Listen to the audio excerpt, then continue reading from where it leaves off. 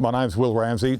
My wife Kim and I farm 40 kilometres upstream from Texas and about 20 kilometres downstream from Glenline Dam. We've been here for the past 13 years and in that time we've experienced 3 major floods. We have a mixed farming operation, predominantly irrigated cropping with cotton, corn and some other summer crops, and run a small scale cattle business as well. Our catchment's made up of 5 different tributaries. It's a major catchment and on quite a steep descent. In a major flood event, the water can get from the top of our catchment, Bolivia, Tenterfield, Stanthorpe, within 24 hours and peak shortly thereafter, so we get very little notice. The water gets here very quickly. We predominantly, look after what's important first, getting stock off the river and working our way up from there. We will remove pumps and livestock from low-lying areas and work our way back up towards the sheds and machinery that are in flood level and put them onto higher ground, and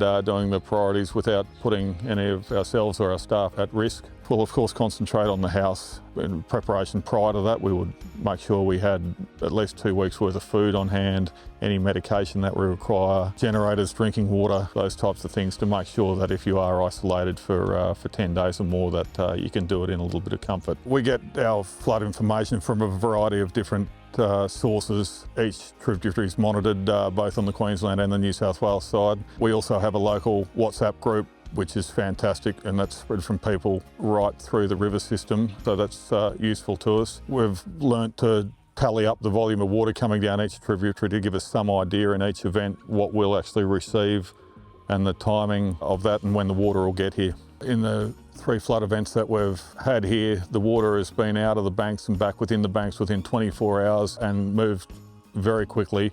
It's caused an enormous amount of damage to fences, soil, being erosion and cropping. We're not isolated here for too long. In the worst case, we've been without power for a week and been without, cut off on the roads for no longer than 3 or 4 days. So I guess it's important to make sure that you've got generators on hand, fuel on hand, good drinking water on hand, and enough food to keep you going for that period of time. In our situation, our house is always also at risk. We do as much to prepare there as we can by putting furniture up and getting ourselves there and be prepared to evacuate if we need to. Turn your power off before you vacate the house and make sure that you get back and get power to those fridges as quickly as possible via generators or whatever other means you have.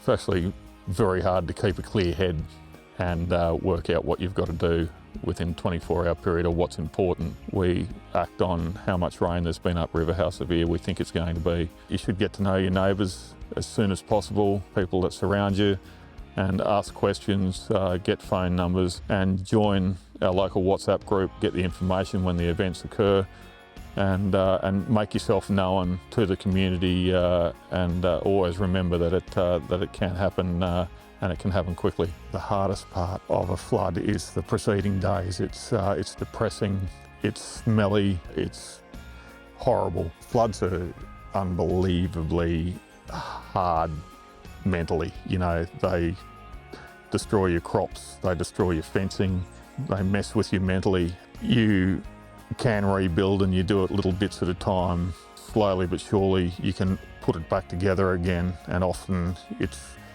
as messy as it is, it's not as bad as it seems on the day after the flood or the preceding days after the flood. That you can rebuild it, and within 6 months you can get your show back together, and it's not the end of the world.